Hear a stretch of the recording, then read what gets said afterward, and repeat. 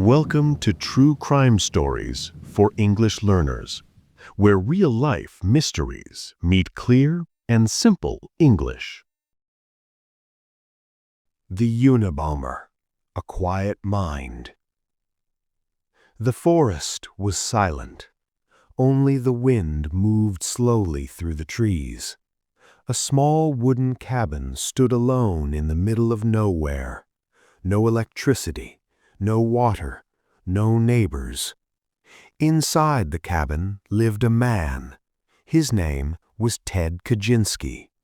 He sat at a small table, writing carefully on pieces of paper. His face was calm. His movements were slow and controlled.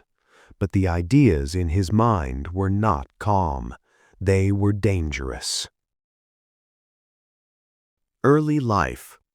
Ted was born in 1942 in the United States. From a very young age, he was different from other children. He was very intelligent. At school, he learned faster than everyone else. He skipped grades because he was so good. Teachers were impressed. His parents were proud. But Ted was also very quiet. He did not have many friends. He often felt alone.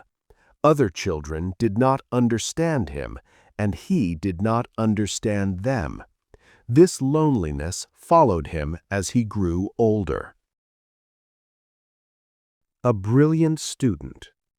At just 16 years old, Ted went to Harvard University. He was one of the youngest students there. But instead of feeling excited, he felt lost. The other students were older. They were more confident. Ted felt small and uncomfortable. He did not fit in. During this time, something important happened. Ted took part in psychological experiments. These experiments were stressful and intense. In some sessions, he was criticized and attacked emotionally. He had to defend his ideas while others tried to break him down. Some people believe this experience affected him deeply. It may have changed the way he saw the world. A life of isolation.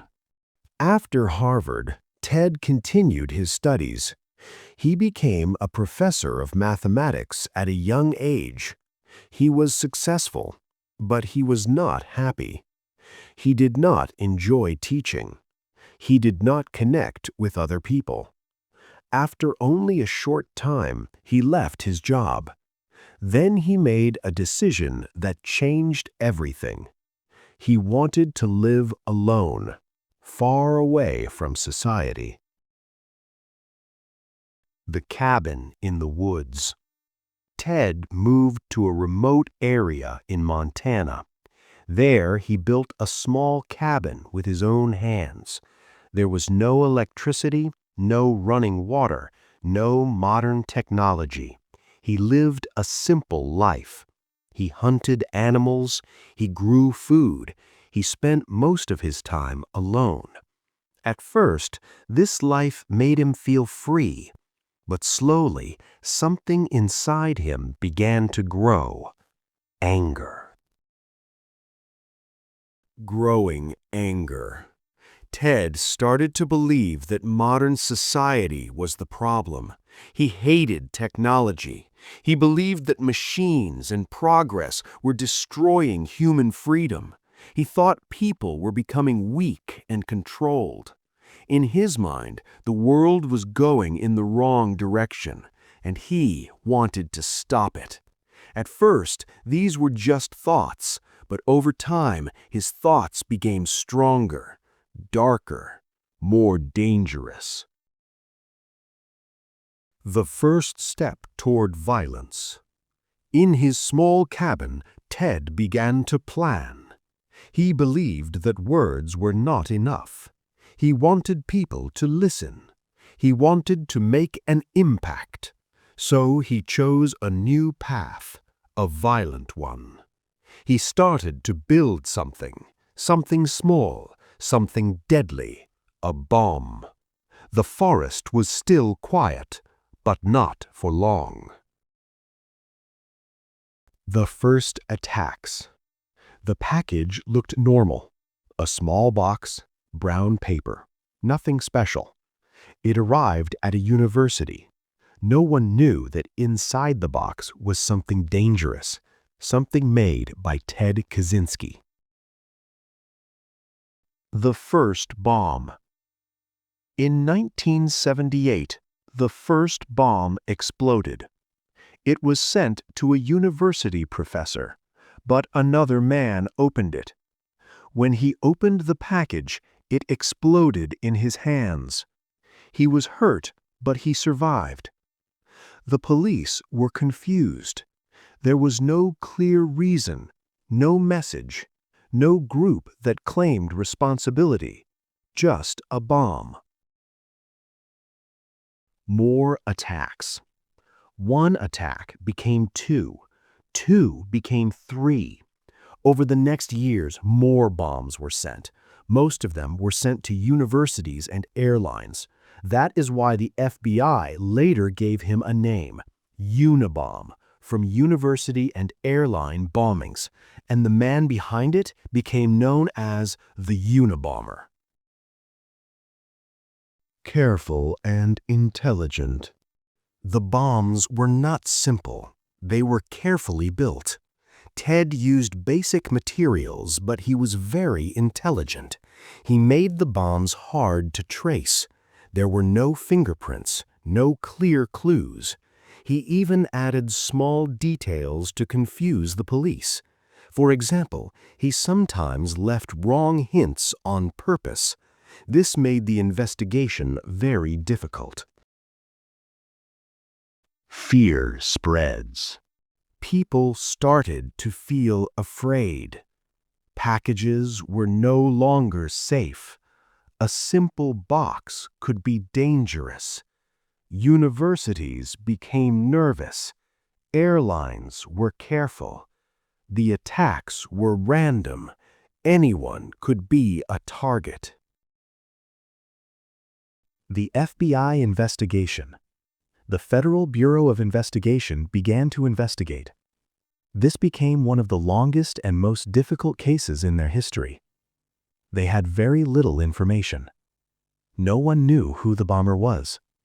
No one knew where he lived. The only pattern was this: he targeted people connected to technology and science. A man with a mission. In his cabin, Ted continued his work.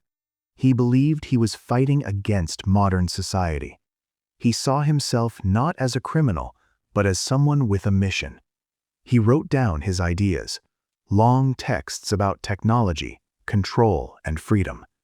In his mind, he was right, and he believed the violence was necessary. The bombs became deadlier, more dangerous. People were not only injured anymore, some of them died. The Unabomber was no longer just a mystery. He was now a killer. No face, no name. Years passed. The attacks continued, but the man behind them stayed invisible. No photos, no clear description, just fear and questions. Who was he?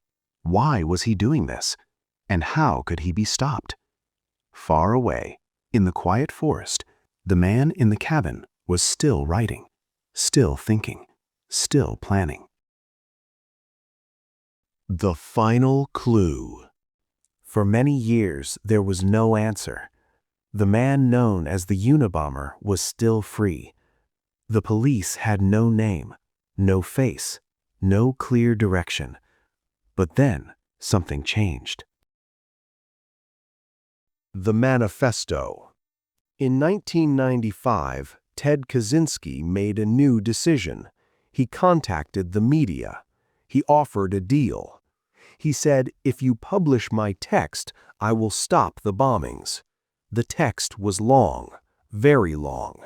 It was called a manifesto. In it, he explained his ideas about technology and society. He wrote that modern life was destroying human freedom. He wanted people to understand his message. A dangerous choice. The Federal Bureau of Investigation was unsure. Should they publish the text? It was risky, but they hoped that someone might recognize the writing. Finally, the manifesto was published in major newspapers. Millions of people read it. A brother recognizes the truth. One of those people was a man named David Kaczynski. As he read the text, he felt something strange. The ideas, the words, the style, it all felt familiar, too familiar. Slowly, a terrible thought formed in his mind. Could this be my brother? The hard decision. David was not sure at first. He did not want to believe it. But the more he read, the more he became convinced. Finally, he made a very difficult decision. He contacted the authorities. He gave them letters and information about his brother. It was a painful choice, but he believed it was the right one. The arrest. In 1996, the police went to the cabin in Montana, the same quiet place in the forest. They entered the small wooden house. Inside, they found Ted Kaczynski. They also found bombs, tools, and many written documents. The long search was over. The Unabomber had a name. The trial and aftermath. Ted Kaczynski was arrested and put on trial. He was responsible for many attacks over nearly 20 years. Several people were killed. Many more were injured. In the end, he was sentenced to life in prison. He would never be free again. A quiet ending. The cabin in the forest became empty, silent again. The man who lived there, the man who built bombs, the man who wanted to change the world, was gone. This story is not only about crime, it is also about isolation, about anger, and about how dangerous ideas can grow when a person is completely alone. It also shows something else.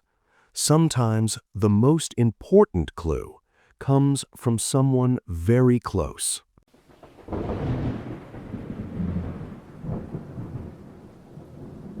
Another dark chapter closed, but the mystery of human nature continues. Thanks for listening to True Crime Stories for English Learners. Don't forget to subscribe and join me next time for another real story that's stranger than fiction.